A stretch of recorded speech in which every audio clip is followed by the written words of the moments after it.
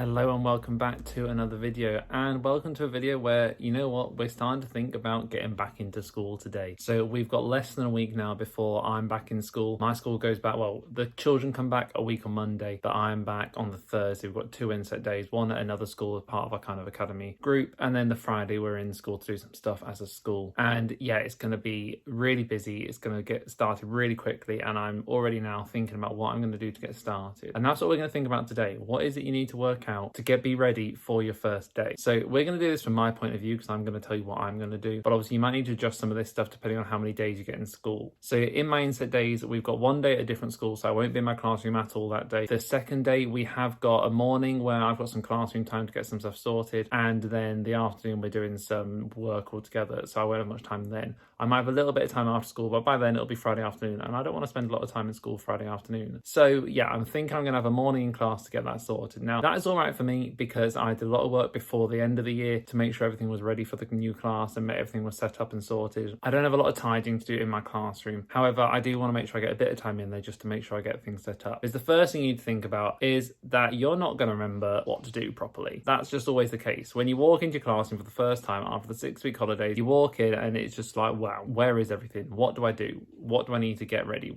There's just so many things to get sorted. And as always, write it down, create a list, prioritize it, do that kind of thing so you're ready to get started properly when you walk into the classroom, because it is a bit overwhelming, especially if you're getting into this in your first year and you've never done this before. It is a massive kind of change, a massive shock, but don't worry, just work through it one thing at a time and you'll get there. When I get into my classroom, I'm going to make sure it is as tidy as I want it to be. I'm going to make sure everything's set up ready. I'm going to make sure the books are in the right place. So on the Monday morning, I just come to school, get the books on the tables, and we're ready to go straight away. That means, therefore, I need to make sure my lessons are ready. So I'm going to sit down today and I'm going to get my laptop out and I'm going to make sure my medium-term plan that I started creating before the summer holidays, I'm going to make sure that is finished, and I'm going to make sure that all the bits that I've already put on there are in the right orders, and I'm going to know what I'm going to be teaching for the first 2 weeks. So we've got 2 full weeks at school, first 2 weeks back. I'm going to make sure I know every single day what is it I want to get done. Now, that is liable to change. When we first get back, everything's a bit slower. You have to do the introductory stuff. You have to make sure everyone knows what they're doing, how to lay the work out, that kind of thing. So things are a bit slow to start with. I'm going to make sure I try and remember that because it's always a bit of a pain. You have to go back and change things. It is something that you have to just get used to again. When children start working, they've not worked for 6 weeks in their school books, and so again, they need to get used to how they need to do it. So we're going to make sure that we get the medium-term plan sorted. I'm confident in my first 2 weeks. Then when I'm back in school on that morning that I've got to myself, I'm going to spend that time, make sure I get as much stuff ready in terms of printed off, organised for that first week. So I want to make sure any worksheets I need are printed off. Any books I need, I know where they are. Any labels I need to stick on books, they should already be done, but if I've missed any or if I've got any new children starting, I'll make sure I've got those sorted. I'm just going to make sure all the prep stuff is ready as much as possible. And part of that is because I've got a big change this year. So this year, my little boy is starting nursery for the first time. And so whereas I'd normally get to school for about 7:15 in the morning,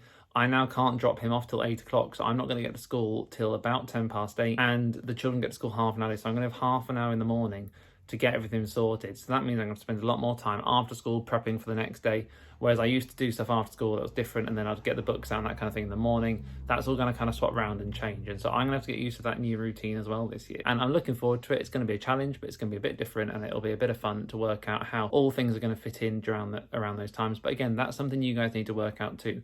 When do you want to do the work? Are you going to look at doing more work in the afternoon? Do you want to get to school early in the morning? Are you going to try and do both at the start to really put a bit of effort in at the start and then kind of taper some off? Because it's always important to remember that actually you don't need to be at school all hours of the day. There are days when it is important to be at school a bit later and to get stuff done, but there's also days where it's really important just to get out of school a bit earlier and have some time to yourself. And you need to try and make sure you get at least 1 day a week in there, especially when you're just getting used to how to do a thing. If you're just working all day, you will just burn out, you'll get overtired, and you need to make sure you get a bit of time to yourself. So try and plan in one of those days every single week. Now this year, another big change for me is last year my planning time was on a Thursday. So every Thursday afternoon, I'd have some time to get my planning sorted. This year, it's on a Friday. Now, I'm very much looking forward to the fact that, that's the start of a weekend then, but that does mean I also need to keep my work on for a few more hours when I'd be tempted to say, actually, you know what, let's relax a bit more. It's always a bit tricky on a Friday. I have had it on a Friday before, and it just means you've got to really stay disciplined to make sure you get your work done, because there's no point wasting your Friday afternoon not getting anything done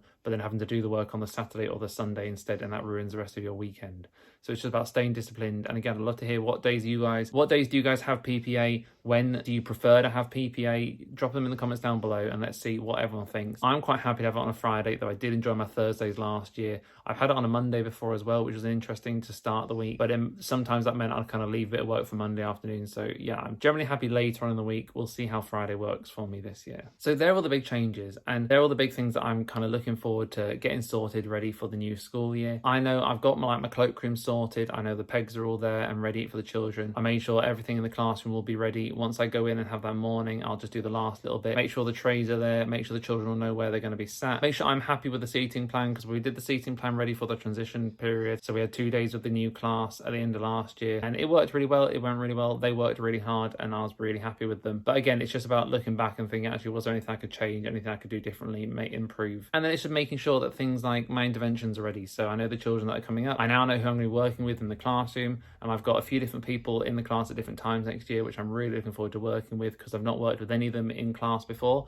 So it's a nice change, it's a nice bit of difference. And these are the types of things where I do love about being a teacher, because every single year is so different. I had 2 different people in class last year. This year I've got 3 people in class at different times, and they're all people I've not worked with in the classroom before, and it's that kind of thing where it just makes the job a bit more exciting, a bit different, and I'm really, really looking forward to it. So it's about making sure I've got those plans sorted, so the people I'm going to be working with, they know who they're going to be working with, they know what they're going to be doing, what the expectations in the classroom are, and then when the children arrive on that Monday morning, it's about setting those expectations up again. So they should remember bits of it from when they did transition with me, and how we worked, and the atmosphere in the classroom, and what's expected when. But it was only 2 days at the end of a very long year, and that was 6.5 weeks ago at that point. So it's about setting those expectations again, make sure every single day they know what they need to do, how they need to do it, what the expectations are in the classroom, what the expectations are on the playground, what it is walking around school. It's all about being the best in my classroom. We always want to be the best. We always want to prove everyone else that we are the best, and that's what they got to be aiming for every single day, be the best version of themselves. So it's about setting those expectations quickly. So they're the big things I'm looking forward to about September, and they're the big things that I'm really looking forward to getting ready. But there's also one really important thing, and at this point you need to have got this done before you go back to school, and that's about making sure you've enjoyed your summer, guys. We've done so much this summer. It's been the busiest summer holiday I've ever had, but it's been the best one. And I'm definitely coming to the start of the year feeling refreshed. I wouldn't say I feel rested, because it has been really, really busy, but I feel refreshed and I feel ready, and that's what's important. I feel like I'm ready to go back to work. However, I've also loved being at home. I've loved having some time, and it's that time to work on different things. So these might be different for you guys. I don't know what it is you want to work on, but I'm someone who I love being busy. I love having a little side project, and so I've had all this time to work on these YouTube videos. I've all this time to work on different things that I would kind of keep myself busy doing, different hobbies, different little side hustle kind of things, like what I do some videos on here and there.